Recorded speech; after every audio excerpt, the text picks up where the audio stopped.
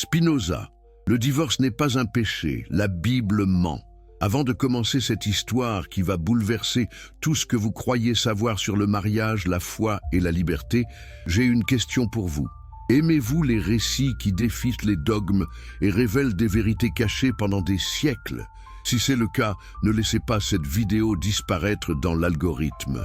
Abonnez-vous à la chaîne maintenant pour ne manquer aucun moment de ces révélations qui changent les perspectives. Et dites-moi dans les commentaires, de quel pays regardez-vous cette vidéo en ce moment? Quelle heure est-il chez vous? Je veux savoir où cette histoire va résonner dans le monde. Si vous êtes sur votre téléphone, prenez une seconde pour y perdre cette vidéo. Ça aide énormément à ce que ce contenu atteigne plus de personnes qui ont besoin d'entendre cette vérité. Maintenant, plongeons ensemble dans une histoire qui a coûté à un homme son identité, sa communauté et presque sa vie.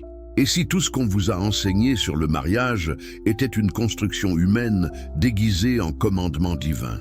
Et si les mots que vous avez lus dans les textes sacrés avaient été manipulés, tordus, réinterprétés au fil des siècles pour servir des intérêts de pouvoir plutôt que la vérité spirituelle?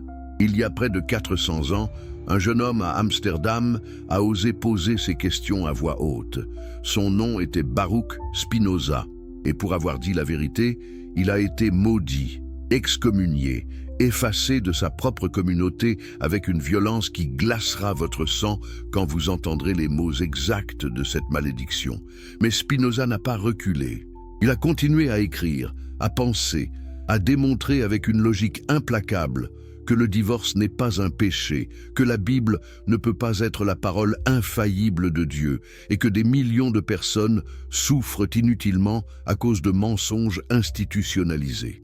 Imaginez vivre dans un monde où quitter un mariage destructeur signifie la damnation éternelle, où des femmes restent avec des hommes violents parce que l'Église leur dit que Dieu déteste le divorce, où des enfants grandissent dans des foyers toxiques parce que leurs parents croient qu'ils iront en enfer s'ils se séparent. Ce monde existe toujours aujourd'hui dans certains endroits, mais il existait partout au XVIIe siècle. Et c'est dans ce monde que Spinoza a vécu, observé, et finalement décidé de dire une vérité si dangereuse qu'elle lui a coûté tout ce qu'il avait, l'enfant de l'exil et la naissance d'une conscience rebelle. Pour comprendre pourquoi Spinoza a osé défier toutes les autorités religieuses de son époque, il faut comprendre d'où il venait. Baruch Spinoza est né à Amsterdam en 1632, mais son histoire commence bien avant, dans la péninsule ibérique où ses ancêtres juifs ont vécu pendant des générations. Pouvez-vous imaginer ce que signifie être arraché à votre terre natale simplement parce que vous refusez de renoncer à votre foi? C'est exactement ce qui est arrivé à la famille de Spinoza. Ses ancêtres étaient des juifs portugais, ce qu'on appelait des maranes, un terme qui désignait les juifs contraints de se convertir au catholicisme, mais qui continuaient secrètement à pratiquer leur religion d'origine. L'histoire de ces maranes est une histoire de survie, de dissimulation et de terreur constante. En 1497, le roi Manuel Ier du Portugal a épousé Isabelle d'Aragon. Et pour plaire à ses beaux-parents espagnols qui venaient d'expulser tous les Juifs d'Espagne en 1492, il a ordonné la même chose au Portugal, le baptême ou l'exil. Mais contrairement à l'Espagne, qui avait au moins laissé le choix, le Portugal a fermé ses frontières. Les Juifs qui voulaient repartir ne pouvaient pas. Ils ont été traînés de force dans les églises et baptisés contre leur volonté. Leurs enfants leur ont été arrachés et convertis. Imaginez cette violence, cette violation totale de la conscience. C'est dans ce contexte de conversion forcée que la famille de Spinoza a dû jouer un double jeu pendant des générations. Catholiques en public, juifs en secret, vivant dans la peur constante d'être découverts par l'Inquisition. L'Inquisition portugaise ne plaisantait pas. Les tribunaux religieux traquaient les nouveaux chrétiens suspects de pratiquer encore le judaïsme. Les dénonciations étaient encouragées. Les voisins espionnaient les voisins. Si vous ne mangiez pas de porc, si vous allumiez des bougies le vendredi soir, si quelqu'un vous surprenait à réciter des prières en hébreu, vous pouviez être arrêté, torturé vos biens confisqués et, dans les cas les plus graves, brûlés vifs sur un bûcher lors d'un autodafé public. Combien de membres de la famille de Spinoza ont vécu dans cette terreur? Combien ont vu leurs proches disparaître dans les cachots de l'Inquisition? Cette histoire de persécution était gravée dans l'ADN familial de Spinoza. Et elle explique en partie pourquoi, des décennies plus tard, il refuserait de plier devant toute forme d'autorité religieuse. Finalement, la famille Spinoza a réussi à fuir. Ils ont rejoint les Provinces-Unies, ce qu'on appelle aujourd'hui les Pays-Bas, et plus spécifiquement Amsterdam, qui était devenu un refuge pour les Juifs persécutés d'Espagne et du Portugal. Amsterdam, au XVIIe siècle, était une ville extraordinaire, la plus tolérante d'Europe à cette époque. Pourquoi? Parce que les Pays-Bas venaient de se libérer du joug espagnol après une guerre d'indépendance de 80 ans. Ils avaient combattu pour la liberté religieuse et leur nouvelle république était relativement ouverte. Relativement, car il ne faut pas idéaliser. Les calvinistes néerlandais étaient aussi rigides que les catholiques espagnols, mais au moins différentes communautés pouvaient coexister sans violence systématique. La communauté juive portugaise d'Amsterdam a prospéré. Elle a construit des synagogues magnifiques, établi des écoles, créé des réseaux commerciaux. Les Spinoza étaient des marchands respectables. Le père de Baruch, Michael de Spinoza, était un négociant prospère qui importait des fruits secs et d'autres marchandises. La famille était bien intégrée dans la communauté séfarade. Baruch, dont le nom signifie « béni » en hébreu, était destiné à devenir un membre éminent de cette communauté. Il a reçu une éducation juive traditionnelle exceptionnelle. Il étudiait la Torah, le Talmud, les commentaires rabbiniques. Il apprenait l'hébreu, le portugais, l'espagnol. Plus tard, il maîtriserait aussi le néerlandais, le latin, et lirait des textes en grec et en italien. Mais quelque chose s'est passé dans l'esprit de ce jeune homme brillant. À mesure qu'il étudiait les textes sacrés, à mesure qu'il lisait les interprétations rabbiniques qui se contredisaient les unes les autres, à mesure qu'il découvrait aussi la philosophie grecque, Aristote, les stoïciens et surtout la nouvelle philosophie moderne de Descartes, des questions ont commencé à germer, des questions dangereuses. Si Dieu a vraiment dicté la Torah à Moïse sur le mont Sinaï, pourquoi y a-t-il tant d'incohérences dans le texte? Pourquoi différentes parties semblent-elles écrites par des auteurs différents avec des styles différents? Pourquoi certains récits se contredisent-ils? Si la loi juive vient vraiment de Dieu, pourquoi change-t-elle selon les époques et les rabbins qui l'interprètent? Spinoza a commencé à partager ses doutes, et dans une communauté qui avait souffert des siècles de persécution pour sa foi, qui s'était accrochée à sa religion comme à une bouée de sauvetage au milieu de l'océan de la violence chrétienne, ces questions étaient perçues comme une trahison mortelle. Dès 1656, des rumeurs circulaient sur le jeune Baruch.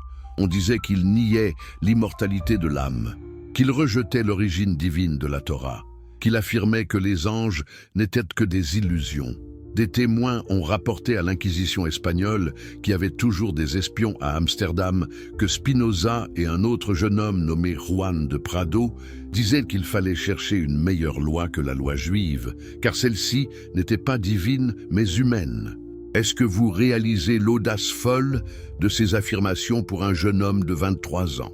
À une époque où douter de la religion pouvait vous coûter la vie, où les athées étaient considérés comme des monstres sans moralité, où même les chrétiens libéraux n'osèrent pas remettre en question l'autorité divine de la Bible, Spinoza disait ouvertement que les textes sacrés étaient des productions humaines. Mais ce qui va suivre est encore plus choquant.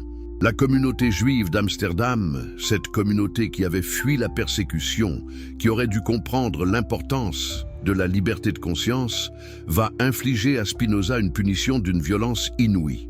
La malédiction qui a changé l'histoire de la philosophie le 27 juillet 1656, dans la synagogue portugaise d'Amsterdam, les autorités rabbiniques ont prononcé contre Baruch Spinoza l'une des excommunications les plus sévères de l'histoire juive.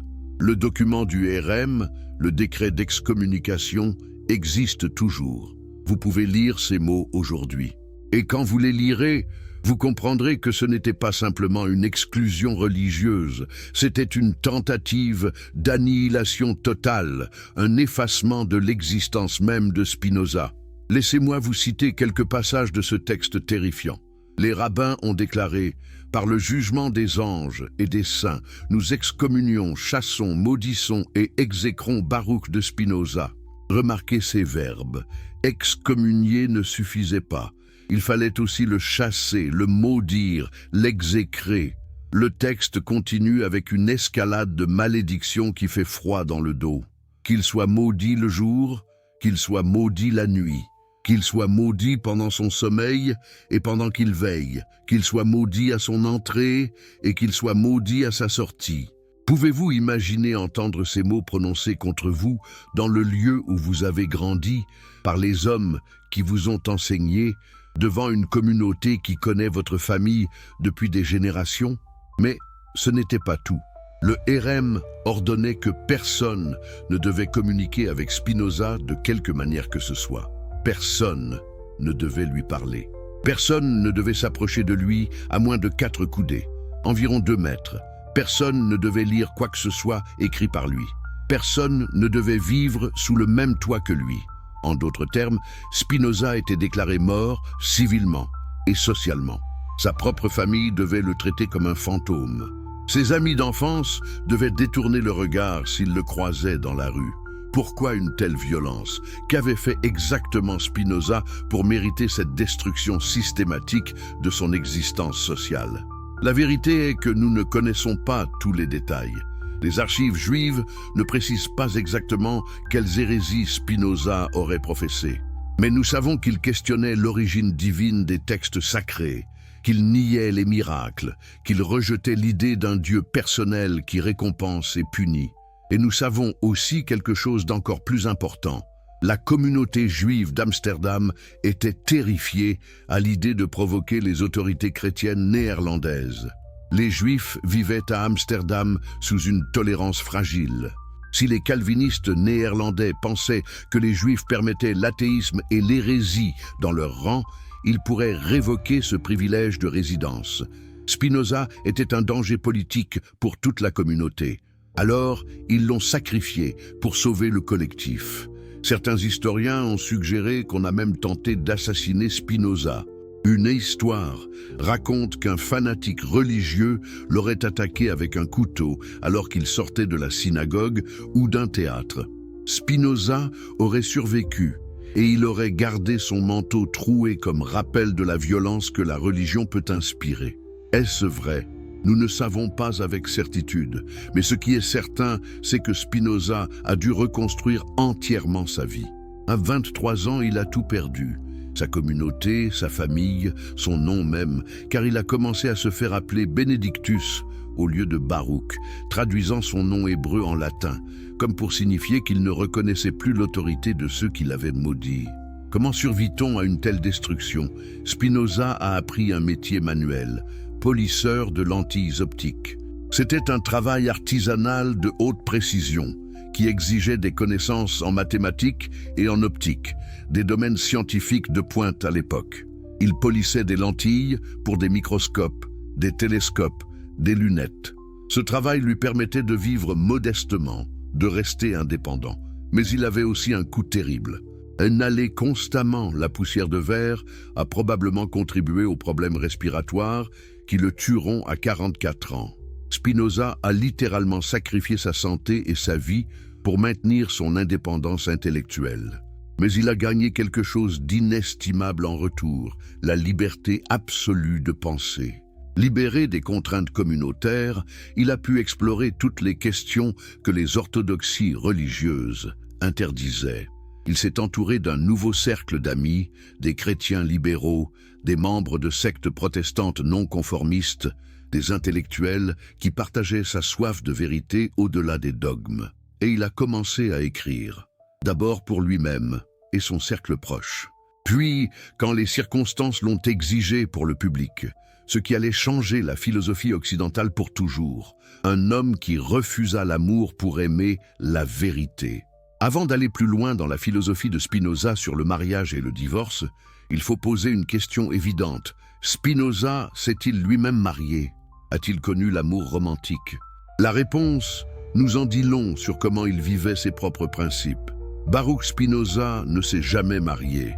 Il a vécu toute sa vie de célibataire, consacrant son temps à la philosophie, à la science et à la correspondance avec les plus grands esprits de son époque. Mais était-il pour autant étranger à l'amour? Il existe une histoire, peut-être apocryphe mais révélatrice, sur un amour de jeunesse de Spinoza. Selon certains biographes, le jeune Baruch aurait été amoureux d'une jeune femme prénommée Clara, la fille de son professeur de latin Van den Enden. Clara était elle-même instruite, cultivée, ce qui était rare pour les femmes de l'époque. Spinoza lui donnait des leçons. Ils passaient du temps ensemble. Et apparemment, Baruch est tombé amoureux. Mais un rival est apparu, un autre étudiant qui courtisait aussi Clara. Et Clara a choisi l'autre. Selon la légende, le rival a même offert à Clara un collier de perles, un cadeau que Spinoza, déjà excommunié et vivant de peu, ne pouvait pas se permettre. Comment Spinoza a-t-il réagi à ce rejet amoureux? Selon ses propres principes philosophiques qu'il développerait plus tard dans l'éthique, l'amour déçu se transforme souvent en haine. Quand nous aimons quelqu'un et que cette personne préfère quelqu'un d'autre, nous ressentons de la jalousie, de l'envie, parfois même de la haine envers cette personne que nous avons aimée. Mais Spinoza, même jeune, semble avoir compris quelque chose de profond. Que ces affects passionnels, bien que naturels, sont aussi des formes de servitude. Nous souffrons parce que nous attachons notre bonheur à des objets extérieurs périssables et incertains. La solution n'est pas de supprimer le désir ou l'amour, mais de rediriger notre amour vers quelque chose d'éternel et d'immuable. Qu'est-ce qui est éternel et immuable selon Spinoza? La vérité, la compréhension de la nature des choses, la connaissance de Dieu non pas comme un vieillard barbu qui juge et punit, mais comme la substance infinie qui constitue toute réalité, ce qu'il appelle Deus sive natura, Dieu, c'est-à-dire la nature.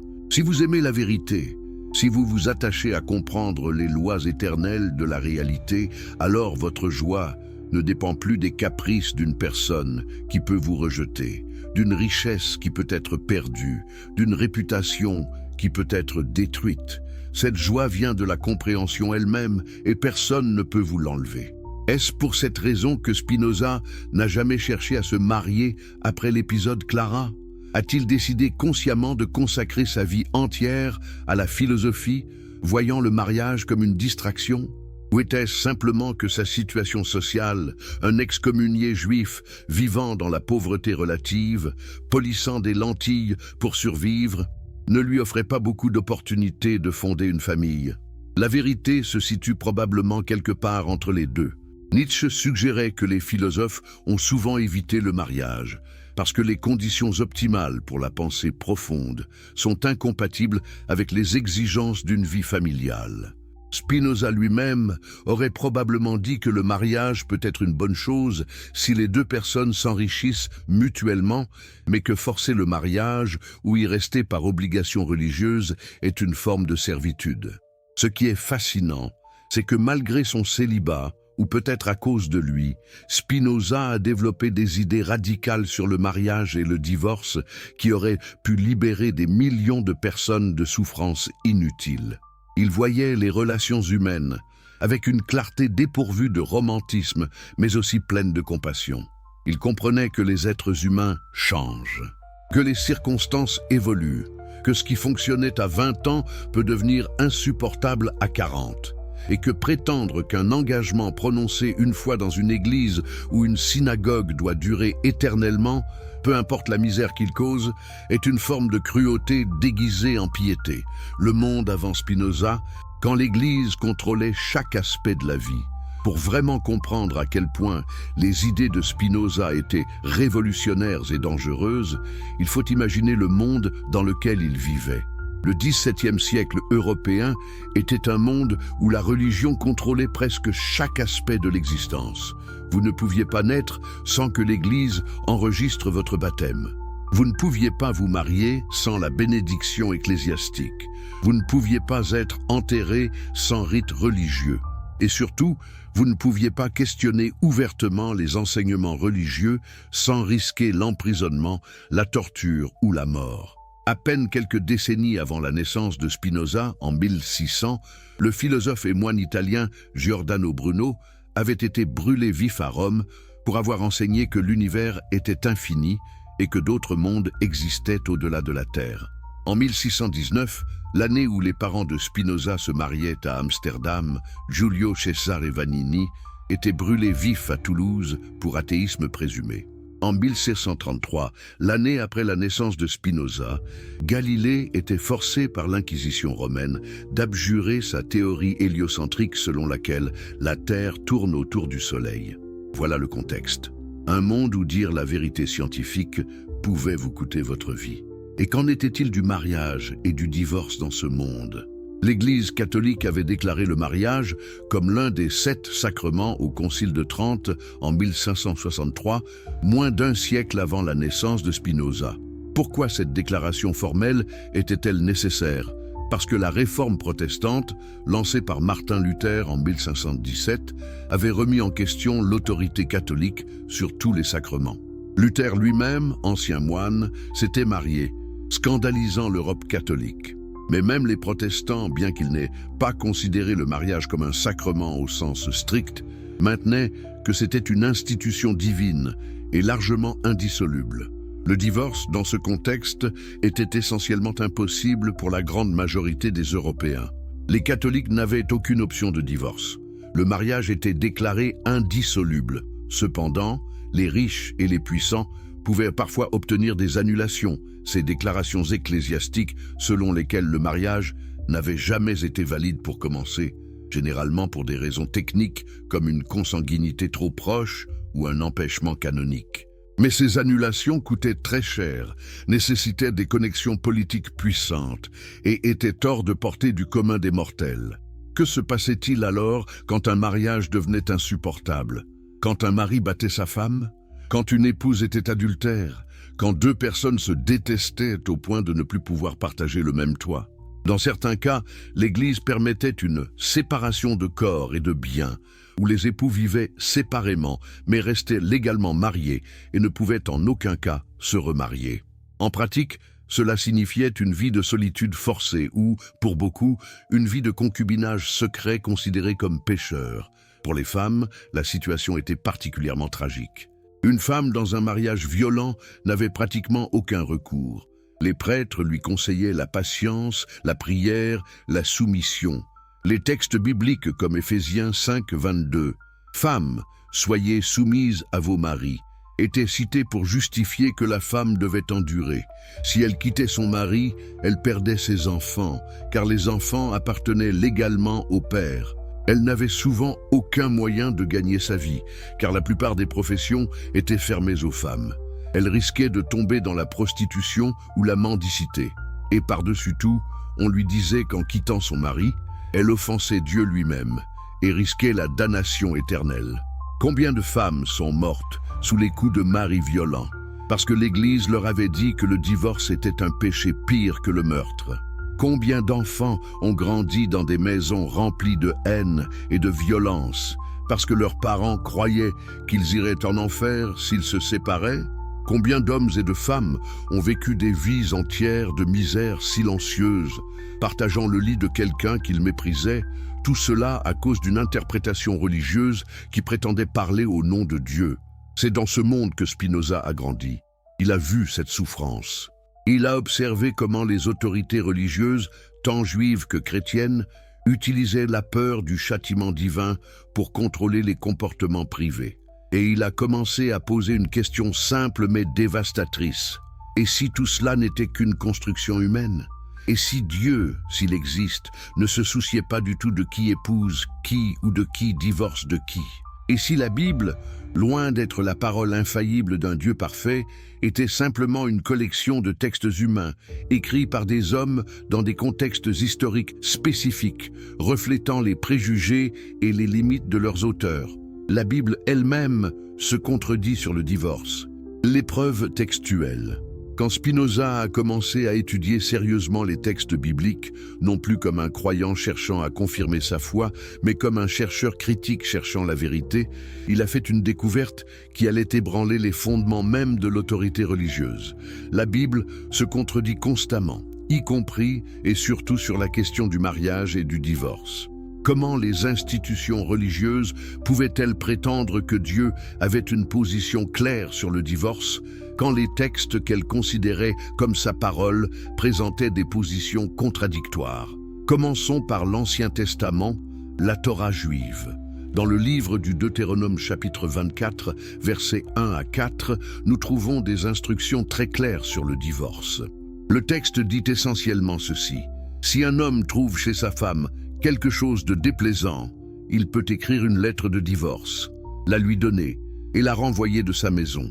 Si elle se remarie ensuite avec un autre homme, et que ce second mari la renvoie aussi ou meurt, le premier mari ne peut pas la reprendre. Ce texte ne condamne pas le divorce, il le réglemente. Il donne même des instructions précises sur comment procéder. Comment alors peut-on affirmer que Dieu interdit le divorce quand sa propre Torah donne des règles pour le permettre? Les rabbins ont débattu pendant des siècles de ce que signifiait exactement quelque chose de déplaisant. L'école rabbinique de Shammai, stricte, disait que cela ne pouvait signifier que l'adultère. L'école de Hillel, plus libérale, disait que cela pouvait être n'importe quoi qui déplaisait au mari, même si elle brûlait son repas. Rabbi Akiva allait encore plus loin, suggérant qu'un homme pouvait divorcer s'il trouvait simplement une femme plus belle. Ces interprétations nous semblent aujourd'hui choquantes dans leur misogynie, mais elles prouvent un point crucial. Même dans la tradition juive la plus orthodoxe, le divorce était permis. Ce n'était pas considéré comme un péché mortel, mais comme une réalité humaine parfois nécessaire. Passons maintenant au Nouveau Testament chrétien. C'est là que les choses deviennent encore plus confuses et contradictoires. Dans l'Évangile selon Matthieu, chapitre 19, les pharisiens testent Jésus en lui demandant « Est-il permis à un homme de répudier sa femme pour n'importe quel motif ?» Jésus répond en citant la Genèse « N'avez-vous pas lu que le Créateur, au commencement, les fit mâles et femelles et qu'il a dit « C'est pourquoi l'homme quittera son père et sa mère et s'attachera à sa femme, et les deux ne feront plus qu'un ?» Ainsi ils ne sont plus deux, mais une seule chair. Que l'homme donc ne sépare pas ce que Dieu a uni. Les pharisiens répondent, « Pourquoi donc Moïse a-t-il prescrit de donner une lettre de divorce ?» Et Jésus dit, « C'est à cause de la dureté de votre cœur que Moïse vous a permis de répudier vos femmes, mais au commencement, il n'en était pas ainsi. Or je vous dis que quiconque répudie sa femme, sauf pour infidélité, et en épouse une autre, commet un adultère. » Arrêtons-nous ici. Remarquez cette exception cruciale, sauf pour infidélité. Même selon Jésus dans Matthieu, le divorce n'est pas absolument interdit. Il y a une exception pour l'adultère, mais voilà où cela devient vraiment intéressant. Cette exception n'apparaît que dans Matthieu. Si vous lisez le même épisode dans l'Évangile selon Marc, chapitre 10, Jésus dit « Quiconque répudie sa femme et en épouse une autre commet un adultère envers elle. Et si une femme répudie son mari et en épouse un autre, elle commet un adultère. » Pas d'exception, rien sur l'infidélité. L'interdiction semble absolue. Dans l'Évangile selon Luc chapitre 16 verset 18, c'est encore différent. Quiconque répudie sa femme et en épouse une autre commet un adultère, et quiconque épouse une femme répudiée par son mari commet un adultère. Là encore, aucune mention d'exception. Alors quelle est la vérité? Jésus a-t-il permis le divorce en cas d'adultère ou l'a-t-il complètement interdit? Si la Bible est vraiment la parole infaillible de Dieu, comment expliquer que 3 évangiles rapportent les mêmes paroles de Jésus de 3 manières différentes? Spinoza voyait ces contradictions non pas comme des mystères divins à accepter par la foi, mais comme des preuves évidentes que ces textes ont été écrits par des hommes différents, à des époques différentes, pour des communautés différentes, chacun adaptant les histoires selon ses propres besoins théologiques et communautaires. Matthieu écrivait principalement pour une communauté judéo-chrétienne qui connaissait bien la loi mosaïque, donc il incluait l'exception pour l'adultère qui était familière dans la tradition juive. Marc et Luc écrivaient pour des audiences plus gentilles, qui n'avaient pas ce background. Donc ils ont simplifié le message. Et ce n'est pas tout. L'apôtre Paul, dans sa première lettre aux Corinthiens, chapitre 7, ajoute encore plus de complexité. Paul dit que le Seigneur commande que la femme ne se sépare pas de son mari, et si elle se sépare, qu'elle reste sans se remarier ou qu'elle se réconcilie. Mais ensuite, Paul ajoute quelque chose de fascinant. Aux autres, ce n'est pas le Seigneur, c'est moi qui dis. Si un frère a une femme non croyante et qu'elle consente à habiter avec lui, qu'il ne la répudie pas. Et si une femme a un mari non-croyant et qu'il consente à habiter avec elle, qu'elle ne le répudie pas. Mais si le non-croyant se sépare, qu'il se sépare, le frère ou la sœur ne sont pas liés dans ces cas-là. Lisez attentivement. Paul dit explicitement, « Ce n'est pas le Seigneur, c'est moi qui dis. » En d'autres termes, il admet qu'il donne son opinion personnelle, pas un commandement divin. Et il permet clairement la séparation si le conjoint non-croyant le demande, libérant le croyant de l'obligation du mariage. Comment alors peut-on construire une doctrine de l'indissolubilité absolue du mariage, quand même Paul, le grand apôtre, admet qu'il improvise des règles contextuelles selon les situations particulières qu'il rencontre? Spinoza lisait ces textes et voyait ce que devrait voir toute personne honnête. Ce ne sont pas des commandements divins gravés dans la pierre éternelle. Ce sont des tentatives humaines, souvent maladroites et contradictoires, de créer des règles communautaires dans des contextes historiques spécifiques. Moïse, ou plutôt les auteurs anonymes qui ont écrit le Deutéronome des siècles après Moïse, ont permis le divorce parce que c'était une réalité sociale nécessaire dans les sociétés patriarcales anciennes du Proche-Orient. Jésus, selon les auteurs des évangiles, a essayé d'élever le standard moral en rappelant un idéal de fidélité. Mais même lui, ou du moins Matthieu rapportant ses paroles, a reconnu qu'il devait y avoir des exceptions.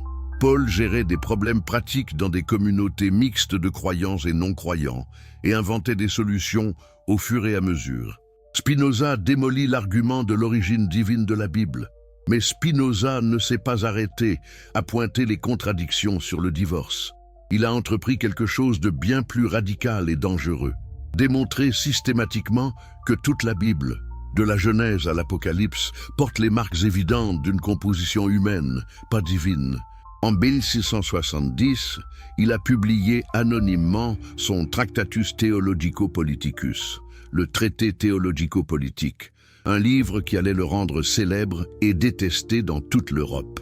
Dans ce traité révolutionnaire, Spinoza propose une méthode pour lire la Bible qui nous semble évidente aujourd'hui, mais qui était explosive au XVIIe siècle. Lire la Bible comme n'importe quel autre texte historique, en étudiant le contexte de sa composition, la langue originale, les motivations possibles des auteurs, les traces d'édition et de compilation. Cette approche, que nous appelons maintenant la critique biblique historique, fait de Spinoza le fondateur de l'exégèse moderne. Spinoza soulève des questions dévastatrices. Qui a écrit le Pentateuque, les 5 premiers livres de la Bible attribués à Moïse? Certainement pas Moïse lui-même, parce que le Deutéronome décrit la mort et l'enterrement de Moïse. À moins que Moïse ait écrit le récit de sa propre mort, ce qui serait un miracle plutôt étrange, quelqu'un d'autre a dû écrire ces passages. Mais si quelqu'un d'autre a écrit une partie, pourquoi pas la totalité? Et en effet, quand vous lisez attentivement, vous voyez différents styles d'écriture, différents noms pour Dieu, parfois Yahvé, parfois Elohim, des histoires qui se répètent avec des variations, des contradictions chronologiques. Spinoza examine aussi les prophéties et les miracles. Les prophéties bibliques, démontre-t-il, étaient souvent écrites après les événements qu'elles prétendent prédire, ou étaient si vagues qu'elles pouvaient s'appliquer à n'importe quoi. Les miracles, loin d'être des preuves de l'origine divine de la Bible, sont simplement des histoires que les auteurs anciens utilisaient pour impressionner leurs lecteurs, comme le faisaient les auteurs de toutes les cultures anciennes. Les Grecs racontaient que les dieux intervenaient dans la guerre de Troie. Les Romains prétendaient que Romulus avait été conçu par le dieu Mars. Les Égyptiens disaient que leurs pharaons étaient des dieux incarnés. Pourquoi les miracles juifs et chrétiens devraient-ils être considérés comme historiquement vrais alors que nous rejetons tous les autres comme des mythes? Ce que Spinoza essayait de faire comprendre, et pourquoi il a été détesté par presque toutes les autorités religieuses de son temps, c'est que la Bible est un document humain, créé dans des contextes historiques particuliers, reflétant les compréhensions limitées et les préjugés de ses auteurs. Cela ne signifie pas nécessairement qu'elle est sans valeur. Elle peut contenir de la sagesse, des leçons morales, des insights psychologiques profonds, mais elle ne peut pas être traitée comme un manuel d'instructions infaillibles dicté par Dieu pour toutes les époques.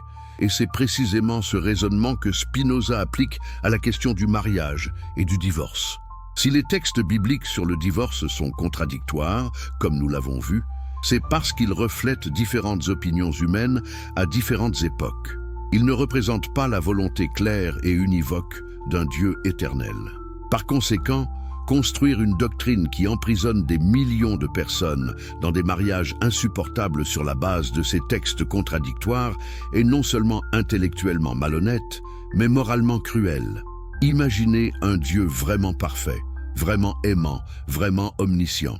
Ce Dieu saurait que certains mariages deviennent toxiques, que certaines personnes se marient pour de mauvaises raisons, que les gens changent au fil du temps, que la violence domestique existe, qu'imposer à deux personnes incompatibles de rester ensemble pour la vie entière crée une misère immense. Un tel Dieu, s'il était vraiment bon, permettrait sûrement le divorce dans ces circonstances. Le fait que les institutions religieuses insistent sur l'indissolubilité absolue révèle non pas la volonté de Dieu, mais les intérêts institutionnels de ces organisations dans le contrôle des vies privées. L'Église catholique, par exemple, avait des intérêts très concrets dans le maintien du contrôle sur le mariage. Les mariages devaient être célébrés par un prêtre pour être valides. Les annulations coûtaient cher, générant des revenus. Le pouvoir de marier et de refuser le divorce donnait à l'Église une influence énorme sur les familles nobles et royales. Quand le roi Henri VIII d'Angleterre a voulu divorcer de Catherine d'Aragon pour épouser Anne Boleyn, le pape a refusé. Henri a alors rompu avec Rome et créé l'Église d'Angleterre. Des milliers de personnes sont mortes dans les conflits religieux qui ont suivi. Tout cela parce qu'une institution religieuse prétendait avoir le monopole sur qui pouvait ou ne pouvait pas divorcer. Spinoza voyait à travers cette hypocrisie. Il comprenait que le pouvoir religieux sur le mariage n'avait rien à voir avec la spiritualité ou la moralité, mais tout à voir avec le contrôle social et politique. Et il a eu le courage de le dire ouvertement, sachant que cela lui apporterait encore plus d'ennemis, encore plus de haine. Mais Spinoza avait appris quelque chose de crucial lors de son excommunication. Quand vous avez déjà tout perdu, vous n'avez plus rien à craindre. Et c'est cette liberté absolue qui lui a permis de dire des vérités que personne d'autre n'osait prononcer. Qu'est-ce qu'un contrat naturel dans la philosophie spinoziste? Pour vraiment comprendre la position de Spinoza sur le divorce, nous devons comprendre comment il concevait le mariage lui-même. Pour lui, le mariage n'était pas un sacrement mystique créant un lien métaphysique indissoluble. Ce n'était pas deux âmes fusionnant en une devant Dieu pour l'éternité. C'était quelque chose de beaucoup plus terre-à-terre et, paradoxalement, beaucoup plus humain et respectueux. Un contrat naturel entre deux individus. Qu'est-ce qu'un contrat naturel? Dans la philosophie politique de Spinoza, développé dans son traité théologico-politique et son traité politique, les êtres humains à l'état de nature ont un droit naturel de faire tout ce qui est en leur pouvoir pour préserver leur existence. Ce droit naturel n'est pas un droit moral au sens moderne, mais simplement une description de ce que les créatures font naturellement. Elles cherchent à survivre et à prospérer. Un lion a le droit naturel de chasser une gazelle. La gazelle a le droit naturel de fuir. Dans la nature, il n'y a ni bien ni mal, seulement des forces qui s'affrontent. Mais les êtres humains, étant des créatures rationnelles, découvrent rapidement que vivre en société est beaucoup plus avantageux que vivre isolément. Dans la société, nous pouvons coopérer, nous protéger mutuellement, échanger des biens et des services, transmettre des connaissances.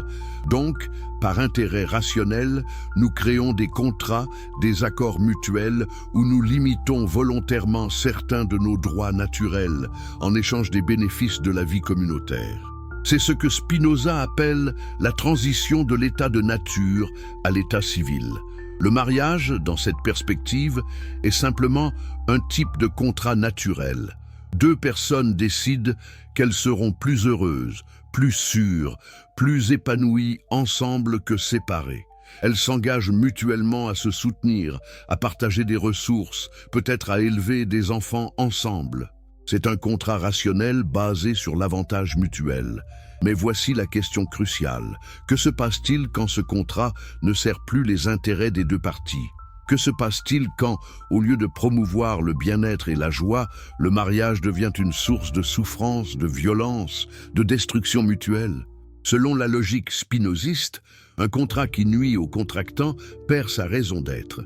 Forcer deux personnes à rester dans un accord qui les détruit tous les deux est irrationnel. C'est contraire à la nature même du contrat, qui était censé améliorer leur vie, pas l'empirer. Par conséquent, dissoudre un tel contrat est non seulement permis, mais c'est la chose rationnelle et éthique à faire. Certains diront, mais qu'en est-il des vœux prononcés devant Dieu? Spinoza répondrait, quel Dieu? Le Dieu anthropomorphe des religions organisées qui se soucie apparemment intensément de qui couche avec qui et signe quel papier, ce Dieu-là est une invention humaine. Le vrai Dieu, la substance infinie, la nature elle-même, ne prononce pas de jugements moraux sur les contrats matrimoniaux humains. La nature ne se soucie pas de savoir si vous restez marié ou divorcé. Elle se soucie, si on peut dire qu'elle se soucie, seulement que vous agissiez selon votre nature, c'est-à-dire selon la raison qui vous permet de maximiser votre pouvoir d'exister et de prospérer. Cette vision peut sembler froide, presque cynique. Où est l'amour dans tout cela? Où est le romantisme? Mais Spinoza n'était pas contre l'amour. Au contraire, il avait une compréhension profonde de l'amour et de tous les affects humains. Dans son éthique, il définit l'amour comme une joie qu'accompagne l'idée d'une cause extérieure. Quand être avec quelqu'un augmente notre puissance d'agir, notre vitalité, notre joie de vivre, nous aimons naturellement cette personne. L'amour est la reconnaissance que cette personne nous fait du bien. Mais que se passe-t-il quand cette personne ne nous fait plus du bien mais du mal? Quand, au lieu d'augmenter notre joie, elle la diminue? Quand, au lieu de nous donner de la puissance, elle nous affaiblit? Selon Spinoza, cet amour se transformera naturellement en autre chose, peut-être en indifférence, peut-être en tristesse, peut-être même en haine. Et forcer quelqu'un à continuer à vivre dans une relation qui génère constamment de la tristesse au nom d'un vœu prononcé il y a des années, dans des circonstances complètement différentes, c'est une forme de torture psychologique. Pensez aux femmes du XVIIe siècle et hélas aux femmes de nombreux endroits encore aujourd'hui qui restent avec des maris violents parce qu'on leur a dit que Dieu déteste le divorce. Pensez aux hommes piégés dans des mariages où ils sont méprisés, rabaissés, mais qui restent parce qu'ils croient sincèrement qu'ils iront en enfer s'ils partent. Pensez aux enfants qui grandissent dans ces maisons remplies de tensions, de cris, parfois de violence, absorbant le message que c'est à cela que ressemblent l'amour et le mariage. Combien de générations ont été traumatisées par cette doctrine de l'indissolubilité? Spinoza aurait dit que tout cela est une perversion de ce que devrait être la vie humaine. Nous devrions chercher la joie, la compréhension, l'expansion de notre puissance d'être.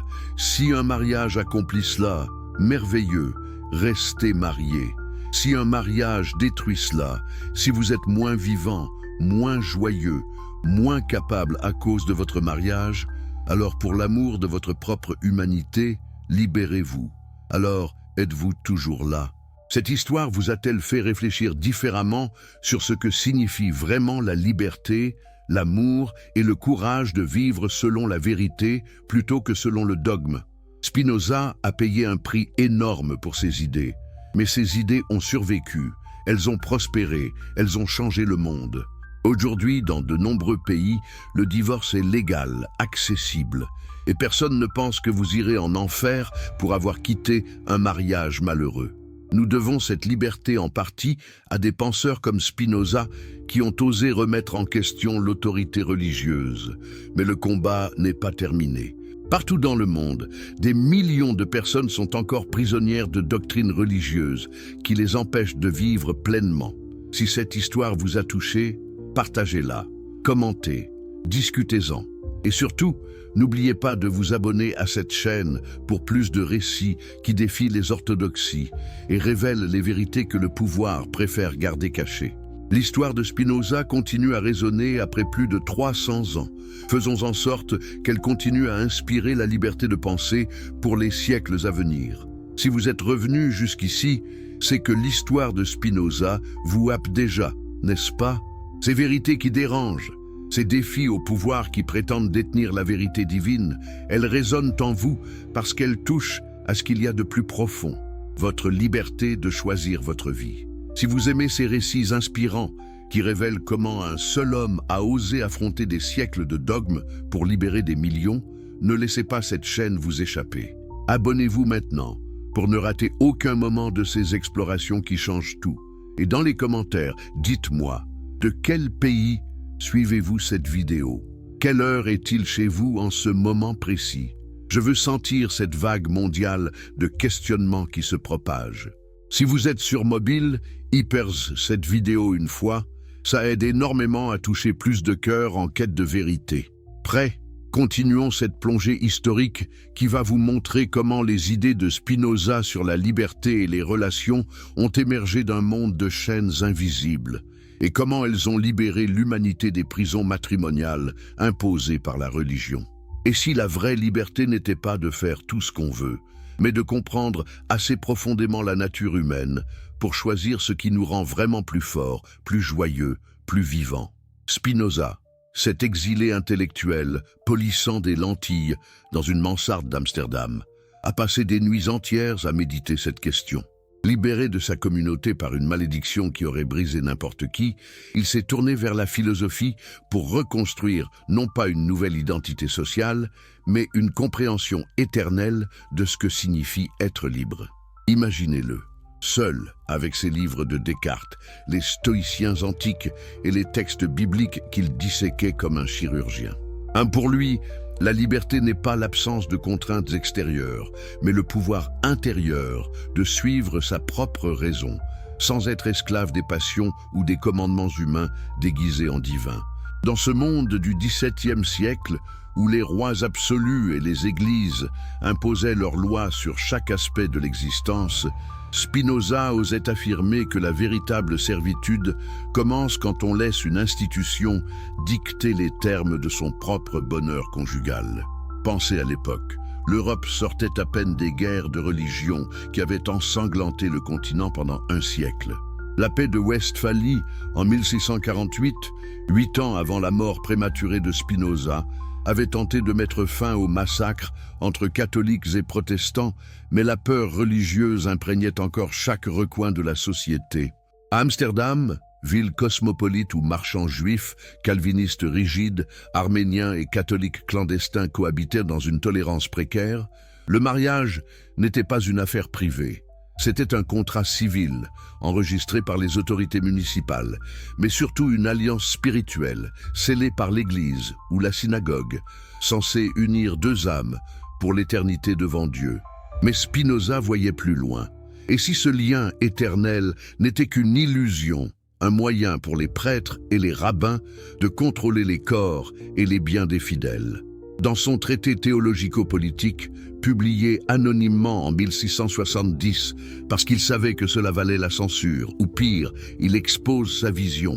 Les relations humaines, y compris le mariage, sont des contrats naturels nés de la raison, pas des sacrements mystiques. Qu'est-ce qu'un contrat naturel chez Spinoza?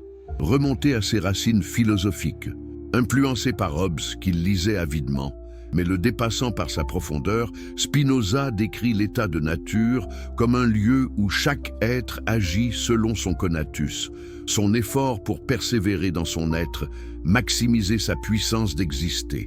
Sans société, les humains s'affrontent dans une guerre de tous contre tous, non par méchanceté innée, mais parce que chacun poursuit son intérêt vital sans perspective rationnelle partagée. Le mariage émerge alors comme une forme primitive de contrat. Deux personnes, voyant qu'unir leurs forces économiques, affectives, reproductives, augmentent leur puissance commune face aux aléas de la vie, s'engagent mutuellement. Ce n'était pas nouveau. Dans la Rome antique, le mariage était déjà un contrat civil, dissoluble par mutuel consentement ou répudiation. Mais au XVIIe siècle, l'Église catholique, renforcée par le Concile de Trente, 1545-1563, avait élevé le mariage au rang de sacrement indissoluble, un lien ontologique créé par Dieu lui-même, que seule la mort pouvait rompre. Spinoza rit de cette élévation mystique. Pourquoi ? Parce que l'histoire prouve le contraire. Regardez les premiers chrétiens. Saint Paul, dans 1 Corinthiens 7, permet la séparation si le conjoint païen refuse la vie commune. Et à vous, je parle en homme, non en seigneur. Les pères de l'Église comme Origène ou Tertullien débattaient encore du remariage des veufs. Ce n'est qu'au IVe siècle, avec l'empereur chrétien Théodose, que le divorce commence à être restreint, et au XIIe siècle, avec Gratien et ses décrétales, que l'indissolubilité devient dogme absolu pour les catholiques. Pourquoi ce durcissement progressif? Suivez l'argent et le pouvoir. L'Église gérait les dispenses, les annulations pour consanguinité, souvent fictives, encaissait des taxes sur les mariages, contrôlait les successions. Henri VIII, en 1533, refusant l'annulation de son mariage avec Catherine d'Aragon, malgré 6 grossesses mortes ou filles, rompt avec Rome, non par caprice, mais parce que le pape Clément VII, otage de l'empereur Charles Quint, neveu de Catherine, refuse par politique. Résultat, la réforme anglicane, des milliers de morts, un schisme sanglant. Spinoza, lisant ses chroniques, y voit la preuve que la doctrine du mariage indissoluble sert les empires terrestres, pas le ciel. Mais creusons l'histoire familiale de Spinoza pour sentir la brûlure personnelle de cette critique. Ses ancêtres maranes, forcés au baptême en 1497 au Portugal, vivaient en double mensonge, catholiques officiels, juifs secrets. Quand un marane était surpris, allumant des bougies shabbatiques ou évitant le porc, l'Inquisition saisissait tout, torturait au chevalet ou à la garrucha, suspension par les poignets, brûlait vif lors d'autodafés publics. Des milliers périrent ainsi. Les biens confisqués finançaient l'Église et la couronne. Le mariage marane était un acte de survie. On épousait au sein de la communauté crypto-juive pour préserver la foi clandestine. Mais si l'épouse dénonçait sous la torture, c'était la ruine familiale. Spinoza, élevé sur ces récits traumatiques, comprend que les institutions religieuses transforment l'amour en outil de surveillance.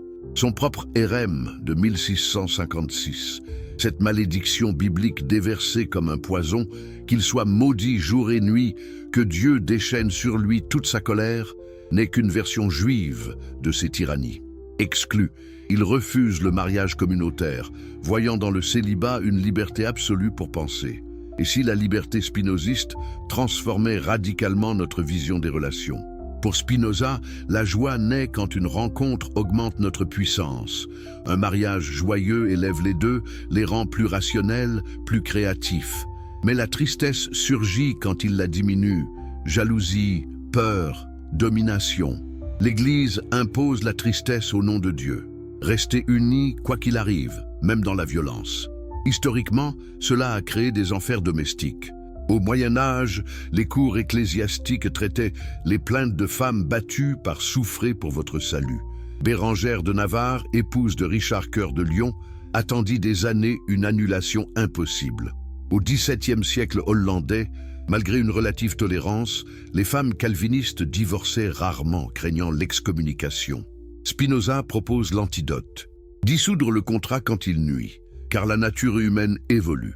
Vous n'êtes pas le même à 25 ans qu'à 45. Forcer l'éternité ignore cela. Cette philosophie des relations libres trouve écho dans l'histoire des réformes. Les anabaptistes, persécutés au XVIe siècle, permettaient le divorce pour adultère ou abandon. Les Quakers anglais, au XVIIe, voyaient le mariage comme alliance spirituelle dissoluble, si l'esprit divin l'ordonnait. Spinoza, correspondant avec des chrétiens libéraux comme Peter Balling, influence ces courants souterrains. Son impact posthume? Les Lumières. Voltaire cite Spinoza pour dénoncer le fanatisme clérical. Les révolutionnaires français de 1789 séparent Église et État, légalisant le divorce en 1792. Napoléon le codifie en 1804, mais le rétracte sous pression catholique en 1816. Pourtant, l'idée spinoziste persiste. Le mariage est civil, pas sacré. Le divorce, un droit rationnel. Imaginez les implications historiques si Spinoza avait été écouté plus tôt.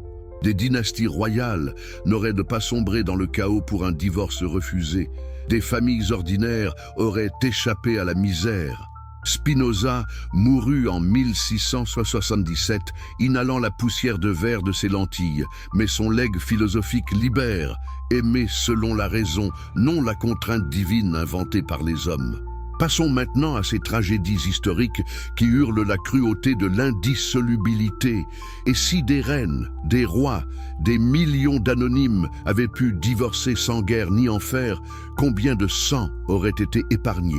L'histoire regorge de cas où la doctrine religieuse a transformé l'amour en prison, prouvant par l'absurde que Spinoza avait raison. Le divorce n'est pas péché, c'est la prohibition qui l'est. Prenez Catherine d'Aragon, première épouse d'Henri VIII, mariée en 1509, 6 grossesses, une seule survivante, Marie. Henri veut un héritier mâle, soupçonne l'inceste biblique, Lévitique 20, 21, car Catherine était veuve de son frère Arthur. Il demande l'annulation au pape en 1527. Clément VII refuse, captif de Charles Quint. Résultat. Acte de suprématie 1534, Henri chef d'église, dissolution des monastères, 500 exécutions dont Thomas mort. Des milliers meurent dans les pèlerinages de grâce rebelles, tout pour un divorce. Mais zoomons sur les femmes ordinaires, écrasées par cette doctrine. Au XVIe siècle espagnol, sous Philippe II, l'indissolubilité force des épouses à endurer mari inquisiteur ou ivrogne. Isabelle de la Cruz, noble, battue par son époux, supplie les tribunaux ecclésiastiques. On lui ordonne la soumission. Elle meurt jeune, enfant perdus au père. En France, Louis XIV, Madame de Maintenon, veuve Scarron, épouse secrètement Louis XIV en 1683. Mais des favorites comme Montespan restent liées à époux infidèles par loi divine. Les paysannes.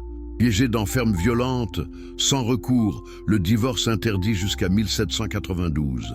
Spinoza, voyant cela dans les chroniques maranes où épouses dénonçaient Marie pour sauver leur peau, conclut « La religion protège les forts, non les faibles ». Les Juifs séfarades d'Amsterdam, communauté de Spinoza, offraient un contraste. Le guet, divorce juif, dissolvait le mariage si mutuel ou pour faute grave. Mais post-expulsion ibérique, la peur chrétienne raidit les rabbins. Le RM contre Spinoza montre cette crispation. Chez les premiers chrétiens, comme chez Hermas, IIe siècle, le divorce était toléré pour adultère. Ambroise de Milan, IVe siècle, le permettait aux épouses trompées. Mais Augustin d'Hippone, traumatisé par sa jeunesse libertine, durcit tout en de bono coniugali, indissoluble absolument. Ce virage patristique, motivé par crainte du manichéisme, ignore la flexibilité mosaïque du Deutéronome 24. Spinoza expose. Évolution doctrinale prouve d'origine humaine. Au XXe siècle encore, les Philippines interdisaient le divorce jusqu'en 2018 sous influence catholique. Des femmes battues fuyaient en Australie pour annulation fictive. En Arabie saoudite wahhabite, la répudiation masculine persiste, mais réciproque rare. Spinoza transcende. Partout, la religion fige les relations en dogme, causant souffrance. Son remède? Contrat naturel révisable pour joie mutuelle. Et les enfants dans ces prisons? Croissance en haine latente, cycle de violence. Études historiques montrent taux élevé de délinquance chez enfants de couples forcés. Spinoza intuait, un foyer toxique diminue la puissance d'agir des petits, les rendant tristes, irrationnelle. Cette histoire de souffrance culminerait en révolution. Locke, influencé par Spinoza via Toland, défend en 1690 la séparation Église-État. Rousseau adapte pour l'Émile. La vague spinoziste libère les femmes. Divorce en URSS 1917, Suède 1915, USA post-1960. Mais des poches résistent. Vatican, certains évangéliques. Spinoza hurle « Assez !» Maintenant, interrogeons les arguments théologiques qui barricadent ces prisons. Et si le Dieu des religions n'était qu'une marionnette humaine pour justifier l'oppression, tandis que le vrai Dieu de Spinoza, infinie nature, se moque des alliances terrestres? Les théologiens traditionalistes clament « Ce que Dieu a uni, l'homme ne le sépare pas ». Matthieu 19,6, forgeant l'indissolubilité. Mais Spinoza démonte « Ce Dieu est anthropomorphe, jugeant comme un roi jaloux. Sont deux sive natura et substance une, sans volonté personnelle, sans colère conjugale. Pourquoi un infini s'offusquerait-il d'un divorce humain, événement microscopique dans l'ordre cosmique? Historiquement, ce Dieu personnel naît chez les Hébreux post-exil babyloniens, 6e siècle AVJ-C, influencé par zoroastrisme perse, dualisme bien-mal, récompense, châtiment. Avant, il y avait des juges et tribales, sanguinaires, pas juge moral universel. Les miracles matrimoniaux, fictifs. La Bible regorge d'unions divines rompues. Dieu divorce Israël en Osée 2, puis le réépouse. Abraham répudie Agar, Genèse 21. David multiplie épouses sans blâme divin. Salomon 700 femmes, 300 concubines, 1 roi 11, puni pour idolâtrie, non-polygamie. Incohérence flagrante. Deutéronome 17 interdit multiples épouses au roi. Spinoza, texte composite, auteur profane. Théologien rétorque, Jésus élève le mariage à idéal évangélique. Mais contexte, pharisiens esséniens, strict divorce versus sadducéens, libéral. Matthieu 5,32, exception pornéia, fornication permet répudiation. Marc Luc omette pour gentil. Paul improvise. Église ignore. Nicéphore, Xe siècle, divorce pour adultère. Grégoire VII excommunie pour cause. Concile 30, B163, fige par antiprotestantisme. Motif politique, Luther marié, Zwingli divorceux. Spinoza sur Jésus, prophète moral, non-Dieu incarné. Ces paraboles compassionnelles, adultère pardonné, Jean 8, contredisent rigidité cléricale. Forcée union destructrice, viol, charité évangélique. Histoire.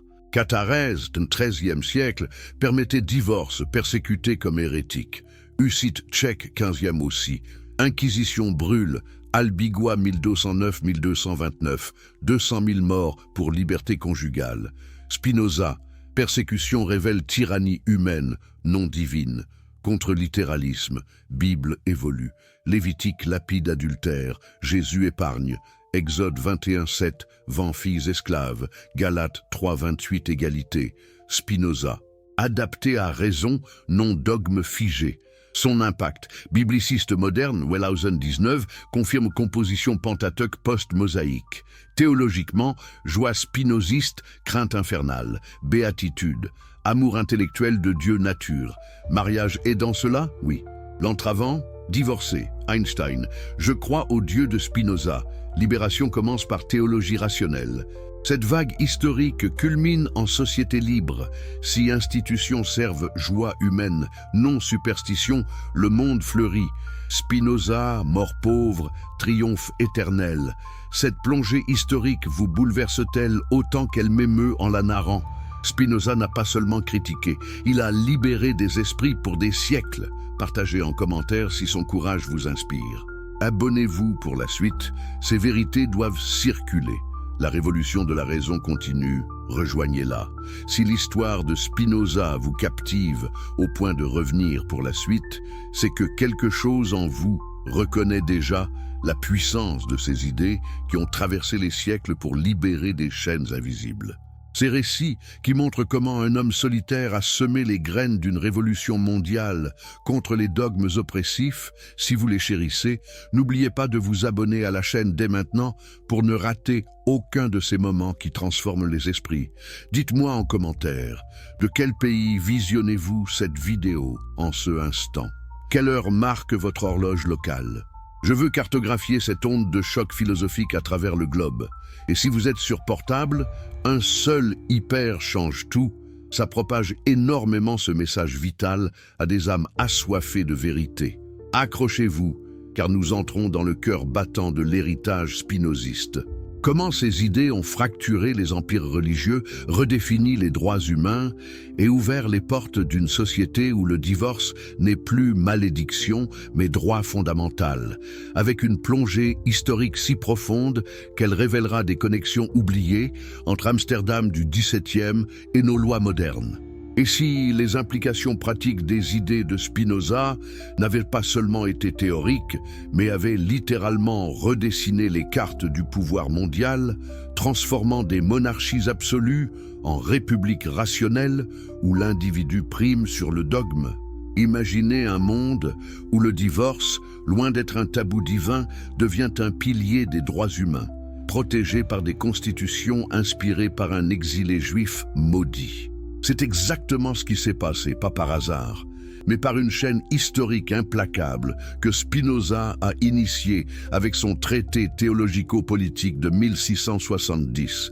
Ce livre anonyme qui, bien que condamné à être brûlé publiquement à Utrecht en 1674 comme le livre le plus athée, blasphématoire et diabolique, a circulé clandestinement, influençant les Lumières comme une flamme souterraine. Dans les Provinces-Unies hollandaises, déchirées par le synode de Dordrecht en 1618-1619, qui avait écrasé les arminiens tolérants au profit des calvinistes rigides, imposant une orthodoxie qui menaçait la liberté marchande d'Amsterdam, Spinoza proposait une solution radicale: séparer foi et raison, soumettre la religion à l'État et faire du contrat social, y compris matrimonial, un outil de puissance collective plutôt que de servitude spirituelle. Pensez à l'explosion politique qu'il déclenche. Après sa mort en 1667, à seulement 44 ans, rongé par la silicose des lentilles qu'il polissait pour survivre dans sa mansarde de La Haye, ses œuvres sont interdites par l'Église et les États, mais Pierre Bayle les défend dans son dictionnaire historique et critique de 1697, clamant que l'athéisme n'empêche pas la vertu. Ce plaidoyer ouvre les vannes. Les Provinces-Unies, épuisées par la guerre contre Louis XIV et la France, voient émerger un parti républicain spinoziste. En 1672, l'année du désastre, Rampiar, les orangistes massacrent les frères de Witt, chancelier tolérant ami de Spinoza, qui refusa un poste de professeur pour rester indépendant, mais les idées survivent. Les Whigs anglais exilés à Amsterdam rapportent Spinoza en Angleterre. Locke lit son traité en 1680, en tire sa lettre sur la tolérance, 1689, et ses deux traités du gouvernement civil, 1689, fondant la glorieuse révolution de 1688, où Guillaume d'Orange monte sur le trône sans effusion de sang, instaurant une monarchie constitutionnelle où l'Église anglicane perd son monopole sur les mariages. Mais le vrai séisme arrive avec la Révolution française. Les Jacobins, imprégnés de spinozisme via Diderot et d'Holbach, qui traduisent ses œuvres dans l'encyclopédie, décrètent, le 20 septembre 1792, la loi sur le divorce. Pour la première fois, n'importe qui, riche ou pauvre, peut divorcer par consentement mutuel, pour incompatibilité, adultère ou violence, sans intervention cléricale. Pourquoi? Parce que Spinoza avait théorisé le droit de l'État comme puissance collective. L'État n'est pas au service de Dieu, mais de la conservation et de la joie du peuple. Toute loi contraire, comme l'indissolubilité catholique, est illégitime si elle engendre souffrance. Napoléon, élève indirect, codifie cela en 1804 avec l'article 276. Le mariage emporte communauté de biens, mais surtout dissoluble. Pourtant, sous la Restauration bourbonienne en 1816, Louis XVIII le restreint, prouvant que les idées spinozistes menacent les trônes. C'est en France que le divorce devient droit humain, exporté par les conquêtes napoléoniennes en Belgique, Italie, Allemagne. À partir de 1807, les codes civils imposent la laïcité matrimoniale. Traverser l'Atlantique, les pères fondateurs américains Jefferson et Madison lisent Spinoza via Toland. La déclaration d'indépendance de 1776 énonce des droits naturels inaliénables, inspirés du conatus spinoziste. En 1787, la Constitution US sépare Église et État, premier amendement 1791, rendant le mariage civil. Les États autorisent le divorce dès 1786 au Maryland.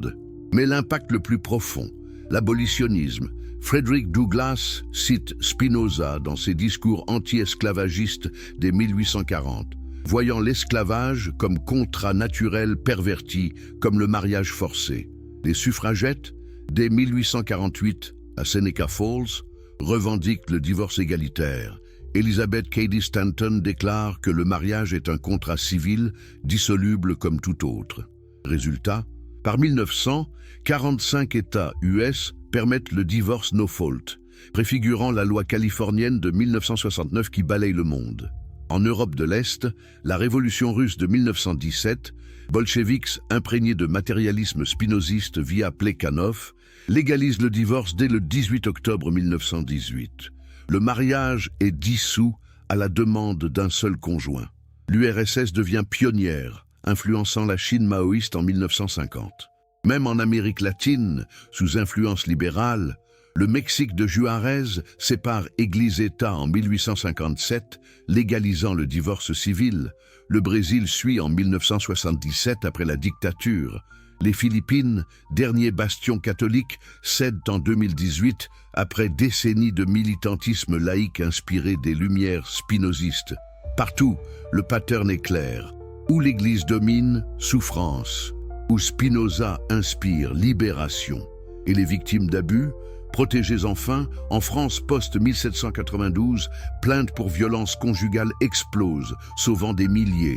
Aux USA, la Violence Against Women Act de 1994 s'appuie sur ce legs. Quant à la santé mentale, Spinoza l'avait prévu. Un mariage toxique génère tristesse, tristitia, diminuant la puissance d'agir. Le divorce rationnel restaure la joie. Historiquement, les taux de suicide chutent post-légalisation. En Suède, après 1915, 20% chez femmes mariées malheureuses. Une société spinoziste, justice compassionnelle, où l'État promeut le bien-être par lois utilitaires, non dogmatiques. Et si le legs ultime de Spinoza n'était pas dans les livres interdits, mais dans la survie éternelle de ses idées face à la mort physique atroce. Mort en 1667 d'une phtisie galopante, poussière de verre inhalée pendant 20 ans de polissage artisanal. Il refuse les derniers sacrements, dictant son testament « paix dans l'âme, vérité dans l'esprit ». Enterré anonymement aux nouvelles églises de la Haye, sa pierre tombe effacée par le temps, mais son influence posthume explose comme une supernova. Immédiatement, l'interdit flambe. En 1674, son traité est proscrit à Hollande. En 1678, Hollande et Zélande brûlent ses œuvres. Le Parlement anglais de 1690 les censure. Pourtant, Voltaire, dans son essai sur les mœurs, 1756, le nomme le plus grand philosophe moderne. Rousseau, en 1762, dans Émile, prône la raison spinoziste contre le fanatisme. Le XIXe siècle l'élève au Panthéon. Hegel le voit comme point culminant du panthéisme, Schelling comme précurseur du romantisme, Schopenhauer comme destructeur du libre arbitre théologique. Einstein en 1929. J'admire Spinoza par-dessus tout philosophe, son Dieu est le mien. Deleuze en 1968 le proclame prince des philosophes, anti-Hegel. Politiquement, Marx via Feuerbach hérite du matérialisme spinoziste. Féministes comme Olympe de Gouges, 1791, et Simone de Beauvoir, 1949, tirent de lui l'émancipation des contrats matrimoniaux. En droit, la jurisprudence moderne, de Kelsen à Hart, adopte sa définition du droit comme utilité sociale, plutôt que commandement divin. Aujourd'hui, son actualité brûle. Mouvement de MeToo, révèle prison conjugale religieuse. En Pologne, loi anti-avortement 2020 suscite soulèvement spinoziste pour laïcité. En Inde hindoue, réforme divorce 2019 sous pression libérale. Même le Vatican fléchit. François, en Amoris Laetitia 2016, admet communion aux divorcés recasés, craignant l'hémorragie des fidèles. Spinoza triomphe. Excommunié, pauvre, célibataire, il libère l'humanité des chaînes qu'il dénonça. Son message reste urgent. Dans un monde où 1 milliard vivent sous loi religieuse restrictive, Arabie Saoudite, Iran, Vatican, où 40% des violences domestiques frappent des femmes piégées par dogme, Spinoza hurle « Questionnez ! La Bible ment-elle » Non. Ses interprétations institutionnelles, oui. Le divorce péché? Non. Son interdiction leste. Crime contre la nature humaine. Conclusion finale. Spinoza n'a pas défendu le divorce par caprice libertin. Il a défendu la dignité humaine contre les tyrans masqués en prophètes. Son érème de 1656, malédiction biblique qui l'effaça socialement, fut sa naissance philosophique, sa mort poussiéreuse, son apothéose éternelle. Les provinces unies aux révolutions mondiales, ses idées ont fissuré l'indissolubilité, sauvant des générations de misère.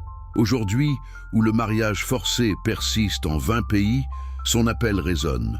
Vivez par raison, non peur infernale, inventée.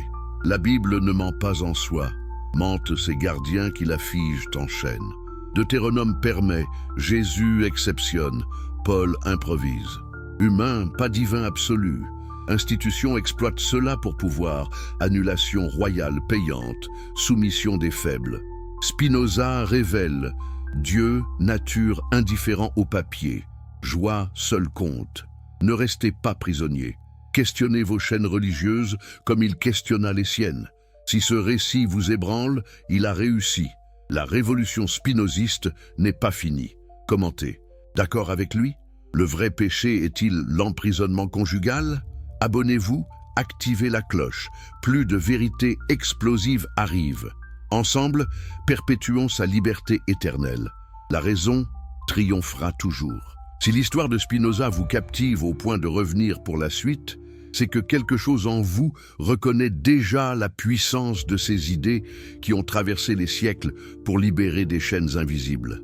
Ces récits qui montrent comment un homme solitaire a semé les graines d'une révolution mondiale contre les dogmes oppressifs, si vous les chérissez, n'oubliez pas de vous abonner à la chaîne dès maintenant pour ne rater aucun de ces moments qui transforment les esprits. Dites-moi en commentaire, de quel pays visionnez-vous cette vidéo en ce instant? Quelle heure marque votre horloge locale? Je veux cartographier cette onde de choc philosophique à travers le globe. Et si vous êtes sur portable, un seul hyper change tout. Ça propage énormément ce message vital à des âmes assoiffées de vérité. Accrochez-vous, car nous entrons dans le cœur battant de l'héritage spinoziste. Comment ces idées ont fracturé les empires religieux, redéfini les droits humains et ouvert les portes d'une société où le divorce n'est plus malédiction, mais droit fondamental, avec une plongée historique si profonde qu'elle révélera des connexions oubliées entre Amsterdam du XVIIe et nos lois modernes. Et si les implications pratiques des idées de Spinoza n'avaient pas seulement été théoriques, mais avaient littéralement redessiné les cartes du pouvoir mondial, transformant des monarchies absolues en républiques rationnelles où l'individu prime sur le dogme? Imaginez un monde où le divorce, loin d'être un tabou divin, devient un pilier des droits humains, protégé par des constitutions inspirées par un exilé juif maudit. C'est exactement ce qui s'est passé, pas par hasard, mais par une chaîne historique implacable que Spinoza a initiée avec son traité théologico-politique de 1670. Ce livre anonyme qui, bien que condamné à être brûlé publiquement à Utrecht en 1674 comme le livre le plus athée, blasphématoire et diabolique, a circulé clandestinement, influençant les Lumières comme une flamme souterraine. Dans les Provinces-Unies hollandaises, déchirées par le synode de Dordrecht en 1618-1619, qui avait écrasé les arminiens tolérants au profit des calvinistes rigides, imposant une orthodoxie qui menaçait la liberté marchande d'Amsterdam, Spinoza proposait une solution radicale. Séparer foi et raison, soumettre la religion à l'État et faire du contrat social, y compris matrimonial, un outil de puissance collective plutôt que de servitude spirituelle. Et si ce traité n'avait pas été qu'un pamphlet philosophique, mais un blueprint pour des révolutions futures? Remonté à ses racines, Spinoza, né en 1632 dans le quartier juif d'Amsterdam, fils de maran portugais fuyant l'Inquisition de 1497 où le roi Manuel Ier avait forcé des baptêmes de masse, avait absorbé dès l'enfance ces récits de persécution où le mariage crypto-juif servait de survie clandestine, mais où la délation sous torture brisait les familles. Son éducation à l'école Etzheim, mêlant Torah, Talmud et premier contact avec Descartes via des chrétiens libéraux comme Van den Enden, forgea en lui cette conviction. Les institutions religieuses pervertissent les liens humains pour leur profit. Pensez à l'explosion politique qu'il déclenche. Après sa mort en 1677, à seulement 44 ans, rongé par la silicose des lentilles qu'il polissait pour survivre dans sa mansarde de La Haye, un métier appris après son érème de 1656, cette excommunication violente prononcée par le rabbin Isaac Aboab da Fonseca, qui le maudissait jour et nuit, et l'isolait à 4 coudées de tout contact humain. Ses œuvres sont interdites par l'Église et les États. Mais Pierre Bayle les défend dans son dictionnaire historique et critique de 1697, clamant que l'athéisme n'empêche pas la vertu. Ce plaidoyer ouvre les vannes. Les Provinces-Unies, épuisées par la guerre contre Louis XIV et la France, voient émerger un parti républicain spinoziste. En 1672, l'année du désastre, Rampjar, les orangistes massacrent les frères De Witt, chanceliers tolérants amis de Spinoza, qui refusa un poste de professeur pour rester indépendant, mais les idées survivent. Les Whigs anglais, exilés à Amsterdam, rapportent Spinoza en Angleterre. Locke lit son traité en 1680, en tire sa lettre sur la tolérance, 1689, et ses 2 traités du gouvernement civil, 1689, fondant la glorieuse révolution de 1688, où Guillaume d'Orange monte sur le trône sans effusion de sang, instaurant une monarchie constitutionnelle où l'Église anglicane perd son monopole sur les mariages. Et si Locke n'avait pas été le seul, John Toland, spinoziste irlandais, publie en 1696 Christianity Not Mysterious, défendant la raison contre la superstition cléricale, influençant Shaftesbury, qui dans ses Letters, 1711, prône des contrats matrimoniaux libres, préfigurant les réformes du Marriage Act de 1753, ironiquement durcissant le mariage anglican, mais semant les graines du divorce no-fault des années 1850. Mais le vrai séisme arrive avec la Révolution française. Les Jacobins, imprégnés de spinozisme via Diderot et d'Holbach, qui traduisent ses œuvres dans l'encyclopédie, Diderot louant en 1765 Spinoza comme l'athée sublime, décrètent le 20 septembre 1792 la loi sur le divorce. Pour la première fois, n'importe qui, riche ou pauvre, peut divorcer par consentement mutuel, pour incompatibilité, adultère ou violence, sans intervention cléricale. Pourquoi? Parce que Spinoza avait théorisé le droit de l'État comme puissance collective. L'État n'est pas au service de Dieu, mais de la conservation et de la joie du peuple. Toute loi contraire, comme l'indissolubilité catholique, est illégitime si elle engendre souffrance. Napoléon, élève indirect, codifie cela en 1804 avec l'article 276. Le mariage emporte communauté de biens, mais surtout dissoluble. Pourtant, sous la Restauration bourbonienne en 1816, Louis XVIII le restreint, prouvant que les idées spinozistes menacent les trônes. C'est en France que le divorce devient droit humain, exporté par les conquêtes napoléoniennes en Belgique, Italie, Allemagne. À partir de 1807, les codes civils imposent la laïcité matrimoniale. En Prusse, Stein-Hardenberg, réforme de 1807-1815 s'inspire. En Autriche, Joseph II, édit de 1782, anticipe déjà. Mais c'est le Vormärz des années 1840, avec Feuerbach publiant l'Éthique en allemand, qui pousse les libéraux à réclamer le divorce civil. Et si cela n'avait pas arrêté là, la restauration européenne post-1815 tente de resserrer les vis, mais les révolutions de 1848 de Vienne à Berlin brandissent Spinoza. En Hongrie, Kossuth cite le conatus pour justifier la sécularisation des mariages. Traverser l'Atlantique, les pères fondateurs américains, Jefferson et Madison, lisent Spinoza via Toland. La déclaration d'indépendance de 1776 énonce des droits naturels inaliénables, inspirés du conatus spinoziste. En 1787, la Constitution US sépare Église et État. Premier amendement 1791, rendant le mariage civil. Les États autorisent le divorce dès 1786 au Maryland. Mais l'impact le plus profond, l'abolitionnisme. Frederick Douglass cite Spinoza dans ses discours anti-esclavagistes dès 1840, voyant l'esclavage comme contrat naturel perverti, comme le mariage forcé. Les suffragettes dès 1848 à Seneca Falls revendiquent le divorce égalitaire. Elizabeth Cady Stanton déclare que le mariage est un contrat civil, dissoluble comme tout autre. Résultat, par 1900, 45 États US permettent le divorce no fault, préfigurant la loi californienne de 1969 qui balaye le monde. Zoom sur les détails. En Pennsylvanie, Quaker, tolérance spinoziste dès 1682, permet séparation. Virginie de Jefferson, 1785. Statute for Religious Freedom, étend à la laïcité matrimoniale. Post-guerre civile, les Reconstruction Act imposent aux sudistes confédérés des lois divorciales libérales pour briser l'emprise baptiste. Au XXe siècle, la loi mexicaine de 1917, post-révolution zapatiste, copie le modèle. Divorce express sans motif, influençant l'Argentine péroniste de 1954.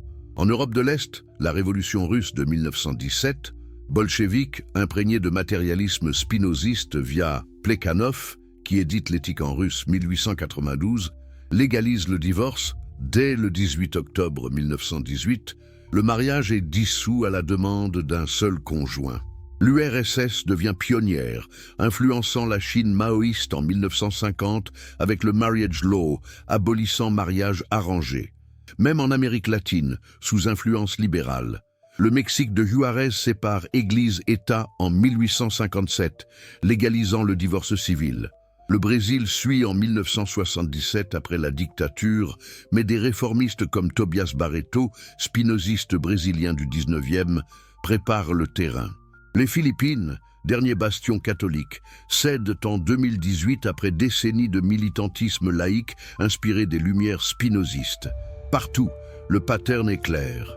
Où l'Église domine, souffrance. Où Spinoza inspire, libération. Et les victimes d'abus, protégées enfin. En France, post-1792, plaintes pour violence conjugale explosent, sauvant des milliers. Aux USA, la Violence Against Women Act de 1994 s'appuie sur ce legs. En URSS, les années 1920 voient une chute de 70% des homicides domestiques. En Suède, post-1915, santé mentale s'améliore chez femmes divorcées. Quant à la santé mentale, Spinoza l'avait prévu. Un mariage toxique génère tristesse, tristitia, diminuant la puissance d'agir. Le divorce rationnel restaure la joie. Historiquement, les taux de suicide chutent post-légalisation. En Suède, après 1915, 20% chez femmes mariées malheureuses. Aux USA, post-1970, bonheur rapporté plus 115% chez divorcés. Une société spinoziste, justice compassionnelle, où l'État promeut le bien-être par lois utilitaires, non dogmatiques. Imaginez des tribunaux priorisant la joie mutuelle sur vœux éternels. En Hollande contemporaine, héritière directe, le divorce no fault de 1971 reflète encore le conatus. 40% des mariages dissous sans drame, taux de violence domestique bas en Europe. Globalement, l'ONU en 2020 note « Pays laïque, moins de violence conjugale, dogmatique, plus 50%. » Spinoza prophétisait « Raison, superstition pour société florissante ». Et si le legs ultime de Spinoza n'était pas dans les livres interdits, mais dans la survie éternelle de ses idées face à la mort physique atroce?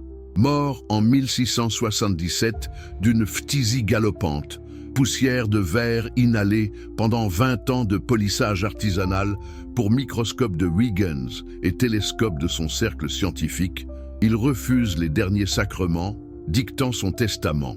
Paix dans l'âme, vérité dans l'esprit. Enterré anonymement aux nouvelles églises de La Haye, sa pierre tombe effacée par le temps, mais son influence posthume explose comme une supernova. Immédiatement, l'interdit flambe. En 1674, son traité est proscrit à Hollande. En 1678, Hollande et Zélande brûlent ses œuvres. Le Parlement anglais de 1690 les censure. Pourtant, Voltaire, dans son essai sur les mœurs, 1756, le nomme le plus grand philosophe moderne. Rousseau, en 1762, dans Émile, prône la raison spinoziste contre le fanatisme. Goehrens traduit en allemand 1803. Herder le célèbre comme prophète de la nature. Le XIXe siècle l'élève au Panthéon.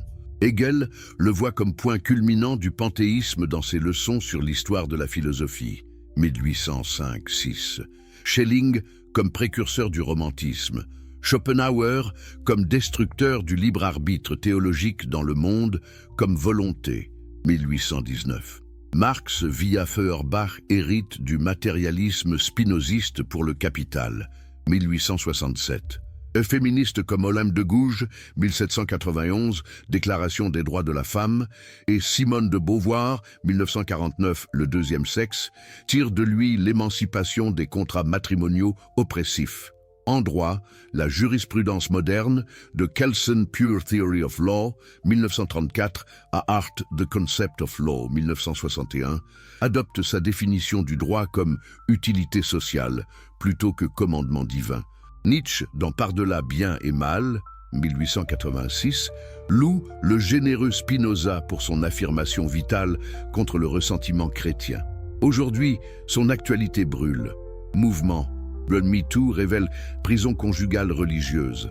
En Inde, 2023, réforme hindoue, divorce sous pression. En Pologne, loi anti-avortement 2020 suscite soulèvement spinoziste pour laïcité. Même le Vatican fléchit. François en Amoris Laetitia, 2016, admet communion aux divorcés recasés, craignant l'hémorragie des fidèles. Spinoza triomphe.